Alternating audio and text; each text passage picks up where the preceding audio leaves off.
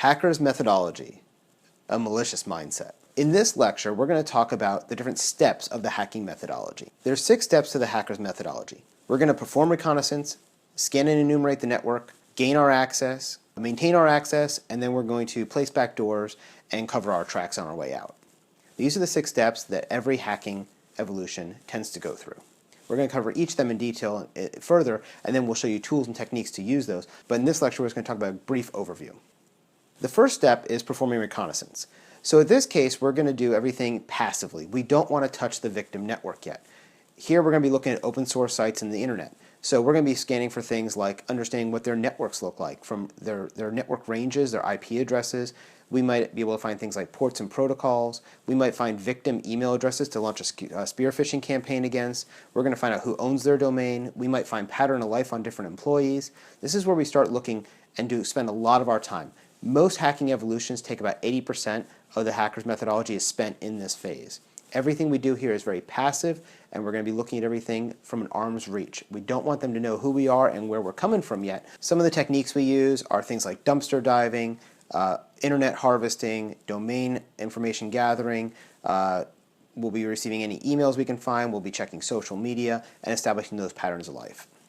The second step is where we start getting active. It's called scanning and enumeration. So here's where we might be doing things like port scanning, actually reaching out and touching the network, finding out what ports are open and what services are on those ports. We'll do our enumeration where we can start figuring out, are they using Windows or Linux or Mac? We'll figure out what versions they're running. If they're running a web server, are they running Apache? Are they running IIS? These are all the things we're going to find out during our scanning and enumeration phase that's going to help us build our attack before we ever get into stage 3.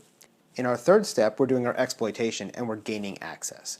At this point, we're going to actually launch our attack. So we've spent probably 80 to 90% of our time between phases 1 and phase 2 at this point, and now we're in our third phase, and our third phase is where we're actually launch this attack.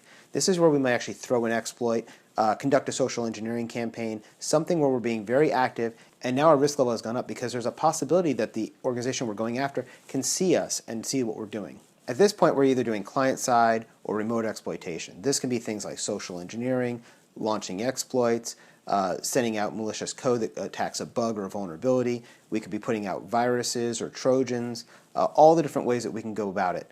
And we'll go through some of those in this course. The fourth phase is we're going to do our escalation of privileges. So now that we've launched our exploit, we've gained our initial access. Usually we're going to gain access as a user. So for instance, if I do a spear phishing campaign and one of the users clicks it, it's most likely going to be someone in the generic pool, not a system administrator. So at this point I want to be able to get system admin rights. At this point, I'm going to have to do something to get from a user level to a system or root level or a domain administrator. And I'm going to always go for the highest privilege that I can get.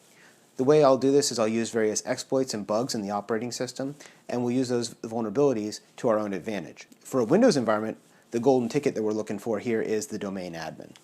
Now once I've got those administrative rights, I move into phase 5, which is maintaining my access. Just because I have one user account doesn't mean that I'm going to be able to stay in there, because if the system administrators realize that I'm the bad guy, they can just delete that account and then I've lost my access. So instead, once I get access, I'm going to go and create several user accounts and I'm going to hide myself throughout the system. That way I can gain that persistent access where I can always get back to that network anytime I want. Some of the techniques I'll use here is I'll put network sniffers in there or keyloggers so I can gain additional usernames and passwords. If I'm a domain admin at this point, I can create my own usernames and passwords and create new accounts.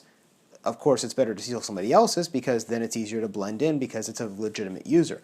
And again, our goal here is to maintain persistent access. That might include punching some holes in the firewall so that we have ports that are open and listening for our return when we want to come back. Finally, the last thing we're going to do in phase 6 is we're going to hide ourselves and we're going to cover our tracks. So at this point we've created some additional accounts. Now we're going to put some backdoors in and we're going to start going through and clearing out those log files. If there's information we want to steal, this is the point where we're going to start exploiting that information and start downloading it and exfiltrating it.